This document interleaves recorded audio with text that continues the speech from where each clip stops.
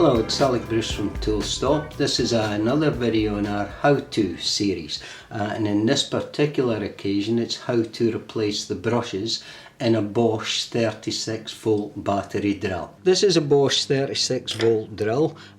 This particular drill will use two brushes, one at either side of the motor.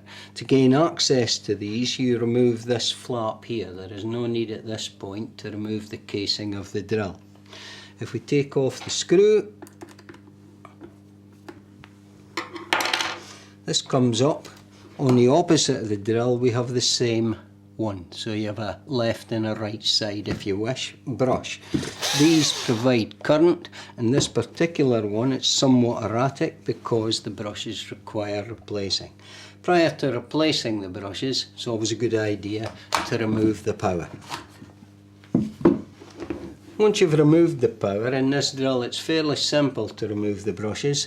The brush is situated here. It's mounted on a holder and it drives its current through a wire.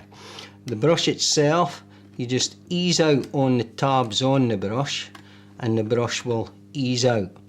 In this particular example you can see that the brush itself has become somewhat broken, and this will give erratic contact against the rotor when it's working, and this will obviously affect your use of the drill. That, in comparison to a new one, you can see how this one is broken and obviously would not have the same surface area across the rotor and will not allow it to work in as good a fashion. Right, what we're going to do is replace these faulty brushes with a new set of brushes from Bosch, available from Toolstop.co.uk. In each set we have two brushes. The brushes will be inserted as is shown.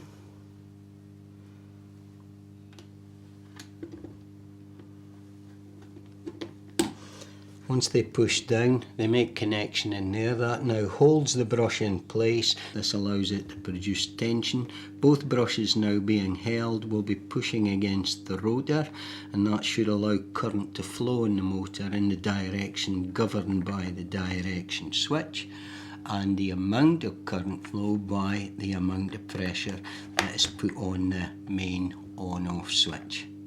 Now all that remains prior to replacing the brush covers again is just to make sure that it's working, and one can see there's an appreciable difference in the speed here because we're now getting proper pressure on the rotor from the brushes in there.